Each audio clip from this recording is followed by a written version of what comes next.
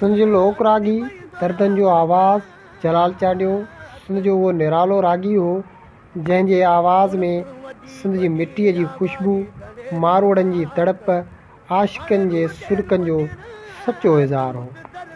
हू सिर्फ़ु ॻाईंदड़ न पर सिंधी अवाम जे दिलनि जो तर्जुमान हो।